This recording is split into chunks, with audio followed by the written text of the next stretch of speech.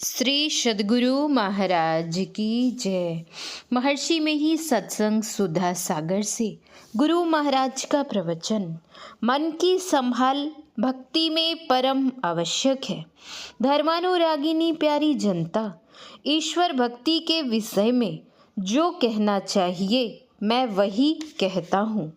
इस विषय के पहले ईश्वर स्वरूप का निर्णय चाहिए। युधिष्ठिर बहुत दुखी थे। वह राजा भी बनाए गए, फिर भी उनका मन नहीं लगता था। वे रोते रहते थे कि हाय, हमारे सब मर गए, बूढ़े जवान सब मर गए। व्यासदेव जी ने समझा कि इसके ख्याल को बदल दें। उन्होंने युधिष्ठिर से कहा, अरे तू अश्वमेध यज्ञ कर। युधिष्ठिर ने कहा, यज्ञ के लिए धन कहाँ? भंडार तो युद्ध में खाली हो गए। अन्य राजाओं से धन लेकर युद्ध में खर्च कर दिया।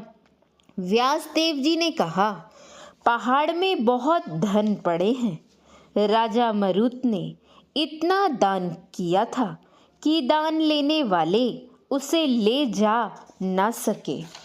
उस दान के धन को पहाड़ में गाड़कर वे लोग चले गए।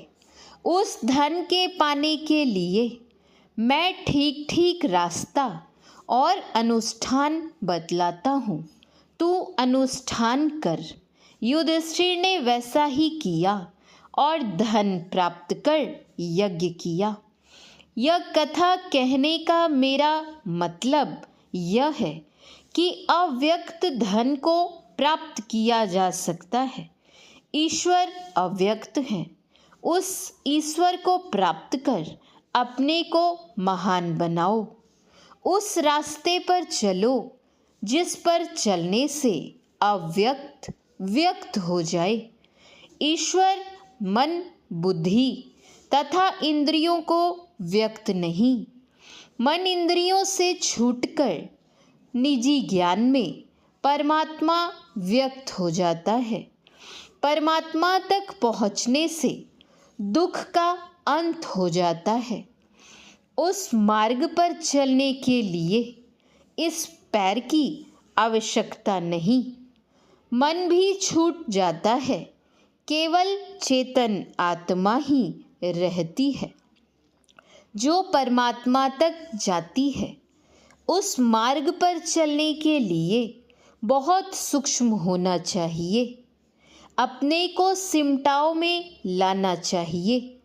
चेतन आत्मा सर्वव्यापी है। समस्त शरीर में वह एक रस व्यापक है, परंतु जहाँ पर इसका विशेष प्रभाव है वह भी कोई स्थान है। जागृत में जीव का वासा आँख में है, स्वप्न में कंठ में तथा गहरी नींद में हृदय में। सबको आँख से ही चलना पड़ता है। संतों ने सुगम और सीधा रास्ता निकाला है। मन के सिमटाव से चेतन आत्मा मन से भिन्न हो जाती है। सिमटाव में ऊर्ध्वगति स्वाभाविक है। अपने अंदर में मन का सिमटाव होने से ऊर्ध्वगति होती है। सिमटाव मन की एकाग्रता से होता है। भक्त लोग मन को एकाग्र करेंगे तो मोटे पदार्थ से मन को समेटेंगे। जप एकाग्र मन से जपो। सब जपों में मानस जप उत्तम है। जप 3 तरह का होता है, वाचिक, उपांशु और मानस। मानस जप पर संतों ने बहुत जोर दिया है। जब बाहर में दिखलाने के लिए नहीं, मन ही मन जपो। इससे मन की एकाग्रता होती है। ईश्वर सर्वव्यापक हैं। प्रत्येक चराचर रूप हरि के हैं। गुरु के बताए हुए जो रूप अच्छा लगे उस पर मन को टिकाओ। शून्य का ध्यान विशेष सिमटाव का काम है। बिंदु का स्थान है, परिमाण नहीं। वह ऐसा चिन्ह है कि बाहर चिन्हित नहीं कर सकते हैं। यह बिंदु ध्यान परम ध्यान है। बीजा अक्षरं परं बिंदुं नादं तस्योपरि स्थितं सशब्दं चाक्षरे छिन्ने निशब्दं परमं पदम। अर्थात परम बिंदु ही बीजाक्षर है, उसके ऊपर नाद है। नाद जब अक्षर अनाश ब्रह्म में लय हो जाता है तो निशब्द परम पद है। तेजो बिंदु परम ध्यानम विश्वास्म हृदय संस्थितम। अर्थात हृदय स्थित विश्वास्म तेज स्वरूप बिंदु का ध्यान परम ध्यान है। देखने के यत्न से देखो प्रकट होगा। वह बिंदु ध्यान मानस ध्यान नहीं है। जब मन में कोई रूप नहीं रखते हैं तब जो चिन्ह उदय होता है वही बिंदु है। आँख बंद करने पर अंधकार मालूम होता है। अंधकार में सूझे तो ज्योतिर्बिंदु है। यहाँ जो बिंदु का उदय होता है वह आंतरिक शालिग्राम का रूप है।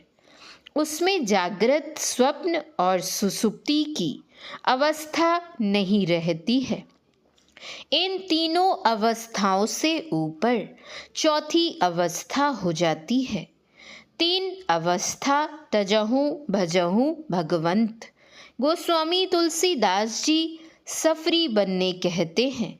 सफरी एक छोटी मछली है जो जल के प्रवाह के विपरीत दिशा को भी चल सकती है। अंतः साधन में जो प्रकाश मिला वह उल्टी धारा है, वही सूक्ष्म का प्रकाश है। उसमें अधिक गति है। उस पर चलने वाला योगी होता है। योगी अपने अंदर में सारे विश्व को देखता है। अनेक रूप को देखकर एक में रहता है। जो अनेक रूप का आधार है उसको भी देखता है। अनेक रूप का आधार परमात्मा है। भक्ति, ज्ञान और योग तीनों संग संग होने चाहिए। सत्संग के द्वारा यही प्रचार करते हैं। उसमें ना ज्ञान को छोड़ते हैं, ना भक्ति को, ना योग को। ईश्वर की ओर चलने वाले के वास्ते चाहिए अंतः साधन। दृष्टि योग में दृश्य तक रह सकता है। शब्द में उद्गम की ओर खींचने की शक्ति है। शब्द का साधन करते करते शब्दातीत पद को प्राप्त होंगे। ईश्वर प्राप्ति के वास्ते इसी तरह की भक्ति करनी चाहिए। तुरीय अवस्था में भजन करो तो संशय निर्मूल होकर नष्ट हो जाएगा। भक्ति मार्ग यहाँ तक पहुँचाता है। मन की संभाल भक्ति में परम आवश्यक है। सत्संग में बाहरी बातों को छोड़कर बैठो और एकाग्र होकर सुनो। गुरु सेवा बेमन से मत करो। बेमन की सेवा गुरु मंजूर नहीं करेंगे। खूब मन को संभाल कर जप करो। दूसरे ख्याल को हटाते जाओ। इसमें मन की संभाल ही संभाल है। केवल विचार से क्षणिक काल के लिए दमशील होता है। मन चलाए मान है। मन की धारे इंद्रियों तक है।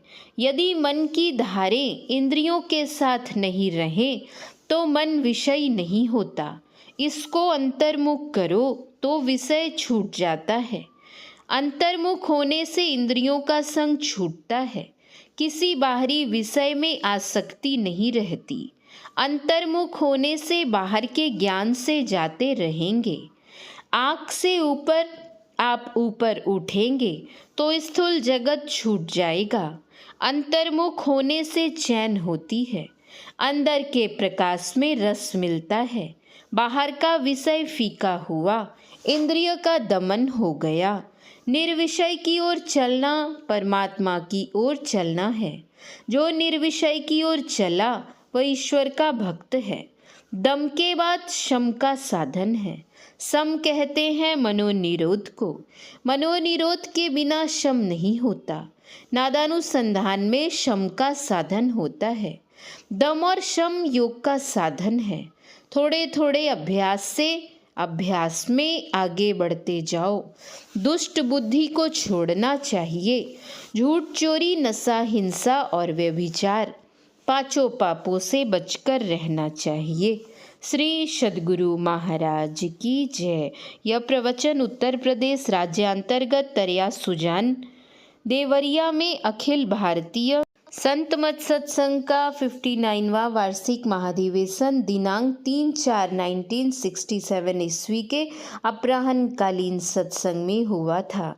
श्री सद्गुरु महाराज की जय। गुरु महाराज ने अन्यत्र प्रवचन में कहने की कृपा की है।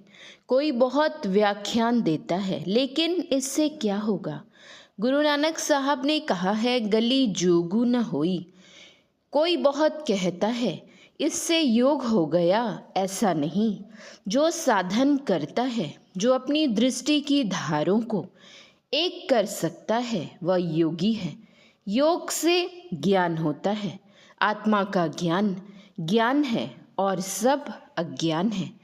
इंद्रियां विषयों का ज्ञान करती हैं, परंतु इंद्रिय ज्ञान तब तक नहीं छूटता है जब तक कि इंद्रियों के घाटों से ऊपर नहीं चले जाते। जागृत, स्वप्न, सुषुप्ति से ऊपर जाने के लिए संतों ने कहा है, इन तीनों अवस्थाओं से ऊपर उठकर जो तुरीय अवस्था में जाता है, उसको आत्मा की झलक होती है। जो तुरीय से ऊपर जाते हैं, वे आत्मा को जानते हैं और आत्मा को जानकर परमात्मा ही हो जाते हैं। संत कबीर साहब ने अपने लिए कहा है, जौ जल में जल पैस ननिक से, यो ढूरी मिला जुलाहा। और नानक साहब ने कहा, जल तरंग ज्यों जल ही समाइया, त्यो ज्योति संग ज्योति मिलाइया। कह नानक भ्रम कटे की वाड़ा, बहुरी न होइए ज्वाला जियो। ज्ञान के लिए ज्ञाता और ज्ञेय चाहिए। ज्ञेय वस्तु असल में परमात्मा है, वही जानने योग्य है। यह जानने के लिए गुरु की बड़ी जरूरत है। बिना गुरु के कोई कुछ नहीं जान सकता है। 7 गुरुओं में माता प्रथम गुरु है। माता पुत्र से कहती हैं, ये तुम्हारे पिता है। पिता बताते हैं कि यह तुम्हारी माता है। पुत्र विश्वास करता है और उन्हें पिताजी माताजी कहकर पुकारता है। जब हम बच्चे थे, पढ़ने जाते थे, तब कोई तर्क वितर्क नहीं था। गुरुजी जो कुछ कहते थे, हम सब मान लेते थे।